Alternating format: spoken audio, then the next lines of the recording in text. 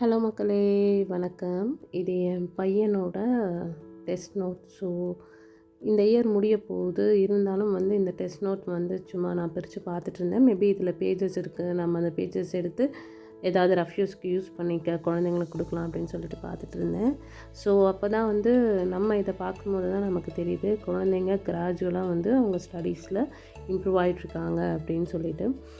So ஒரு 2-3 spelling mistakes இருக்கும். அவர் என்கிட்ட எடுத்துகிட்டு காட்டுவார். ஸோ நான் எதுவும் பெருசாக சொல்லிக்க மாட்டேன். நெக்ஸ்ட் டைம் கண்டிப்பாக இன்னும் சூப்பராக பண்ணுங்கள் அப்படின்னு சொல்லிட்டு சொல்லுவேன். மெமரிஸ் ஹேண்ட்ரைட்டிங் நான் அவருக்கு ஷேர் பண்ணலாம் அப்படின்ட்டு சரி பண்ணிட்டேன். பட் தமிழ் ஹேண்ட்ரைட்டிங் மேபி குழந்தைங்க இன்னும் கொஞ்சம் கொஞ்சமாக நம்ம பார்த்துக்கலாம். இது ஐடியா நம்ம சேஞ்ச் பண்ண வேண்டாச்சுன்னா எந்த நோட்ஸாக இருந்தாலும் அதில் யூஸ் பண்ணாத பேஜஸ் இருந்ததுன்னா அதை எடுத்து நீங்கள் தனியாக ஸ்டிச் பண்ணி அவங்க ரஃப் நோட்டில் கொடுக்கலாம்.